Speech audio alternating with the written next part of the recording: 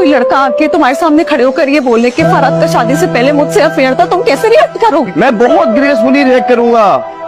मैं उसको कहूंगा कि था, लेकिन अब फरहत मेरी बीवी है। और तुम्हें भी कहूंगा कि अब तुम्हारे पास अगर वो आए तो मुझे बताना। मैं जानता हूँ लड़के लड़कियां एक साथ पढ़ते हैं, उनमें दोस्ती होती है और पसंदीदगी भी होती है, लेकिन इसका ये मतलब नहीं कि शौहर अपनी बीवी का माजी जानकर उस पर शक करने लगे। Everyone has a past. मियां और बीवी का रिश्ता ना फरहत एतबार पर कायम होता है, एतबार पर। अगर चार लोगों के बीच में बैठ कर शौहर पे कोई इल्जाम लगा दे और बीवी कहते मुझे इस पर एतबार है, तो उसका मान बढ़ जाता है।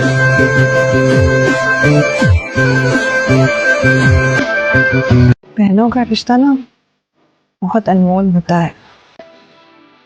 एक ही छत के नीचे दूसरे के साथ जिंदगी का एक हसीन दौर गुजारती हैं और एक तकदीर के हाथों तकसीम हो जाती हैं।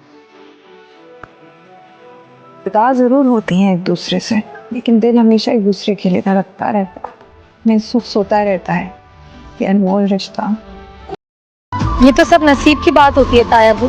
अगर किस्मत में हो तो गरीब की बेटी भी राज करती है, और अगर किस्मत में ना हो तो बादशाह की बेटी को भी महल से झोपड़ी में आने में देर नहीं लगती। बाप अगर बेटी को माल देने के बजाय अच्छी तरबियत के साथ रुखसत करे तो जिंदगी ज्यादा आसान हो जाती है।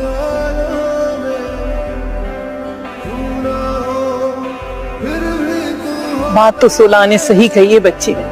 अपने ये सिर्फ खून के रिश्ते नहीं होते, नहीं तो वो भी होते हैं जो ऐसे वक्त में आपका हाथ थामते हैं जब आपकी तरफ कोई हाथ बढ़ाता भी नहीं। शेख का हाथ मेरे लिए वो हाथ।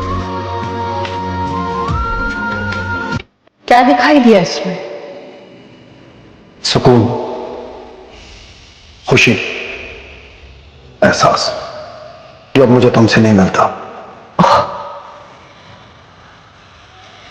मुझे अफसोस रहेगा कि मैंने तुम्हें इतनी देर अजियत में रखा,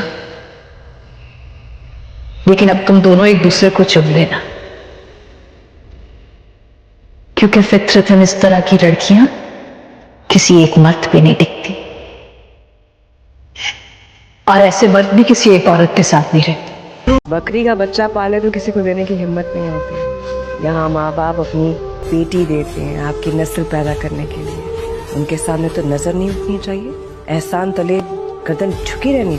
दिल पर तो शुरू से हुक्मरानी है, घर पर दे सकें तो बात करें। कोई औरत आपको नजर उठा कर देखे, उसकी आंखें निकाल लेने का हक दे सकें तो बात करें। आपके दिल पर सिर्फ मेरा हक हो, मेरे अलावा कोई आपको सोचे तो गुनाह हो, इतना हक दे सके तो बात करें। याद रखिएगा, एक जान आपकी वजह से चली जाएगी।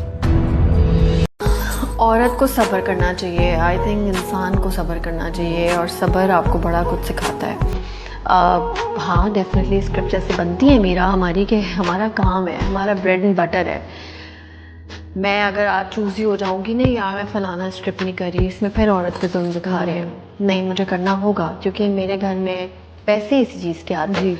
हाँ, उसमें मैं कुछ बाउंड्रीज अपनी क्रिएट कर सकती हूँ कि यार नहीं, मैं थप्पड़ नहीं खाऊंगी, मैं गाली नहीं सुनूंगी। कुछ चीज़ें हैं जो मैं अपने राइटर से या मैं डायरेक्टर से बात कर लेती हूँ कि ये चीज़ मेरी थिन लाइन है, ये मैं नहीं कर सकती। कितने अफसोस की बात है ना,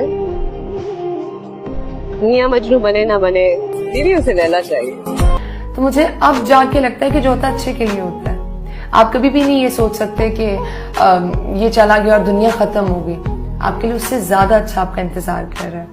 सच बोल के रिश्ता खत्म कर दो, बेहतर ये कि झूठ बोल के किसी को बर्बाद हो। आई थिंक उससे ज्यादा बेहतर है ना सच बोल के कुछ देर की तकलीफ साइम, चिल्लाने की जरूरत नहीं है। हमारी खातिर मैं उस लड़के को जान से मारने वाला था, कॉलेज से एक्सपेल होने वाला था, उसी से चैट कर रही थी, दोस्तियां बढ़ा रही थी। साइम, ऐसा कुछ भी नहीं है, इट्स नथिंग लाइक दैट। नहीं है, मुझे नहीं सुनना। मैं ट्रस्ट करता था यार मैं तुम पर, सबको बोलता था मेरी जो इस तरह की लड़की नहीं है, लेकिन तुम डिट्टो वैसी निकली जैसे शहीर कहता था तुम्हारे साथ। Saim, please don't do this यार, तुम मेरी बात तो सुनो। नहीं सुननी। वो लड़की नहीं है जिससे मैं मोहब्बत करता था, तो वो लड़की हो जिससे मैं नफरत करने लगा। इसके बाद में मेरे सामने मत आना, kill you।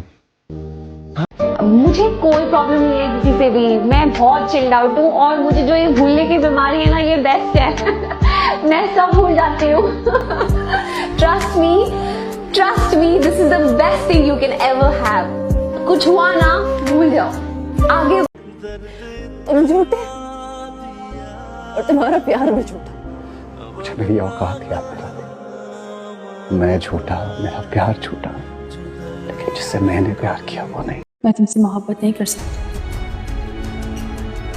ना करती और ना ही करूंगी।